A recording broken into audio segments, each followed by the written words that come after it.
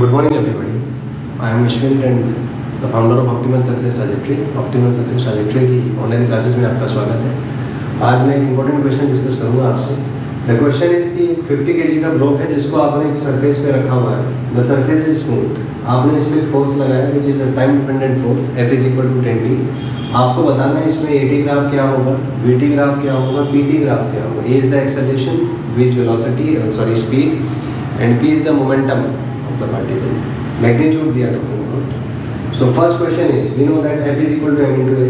तो F का value आपने 10t रखा is equal to 50 into a, क्योंकि मास 50 है तो ये 50 नीचे आ जाएगा। तो यहाँ से आप देख सकते हैं कि एक्सेलरेशन हो जाएगा t/5। अगर हम ग्राफ ड्रॉ करें क्योंकि दोनों की डिग्री सिंगल है तो it will be a straight line passing through origin. तो ये आप ग्राफ ड्रॉ कर सकते हैं। मान लीजिए थीटा एंगल बनाता है तो tan थीटा इसका स्लोप हो जाएगा and the slope here is 1/5। तो ऐसे आप ग्राफ ड्रॉ कर सकते हैं। Coming to velocity, we know the result is v is equal to integration of dt 0 to t because initial velocity is 0, so we have omitted u here.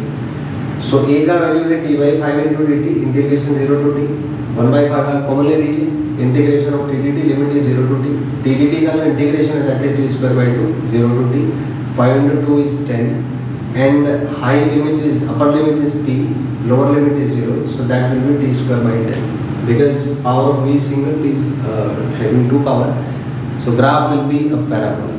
So ऐसा parabola बन जाएगा।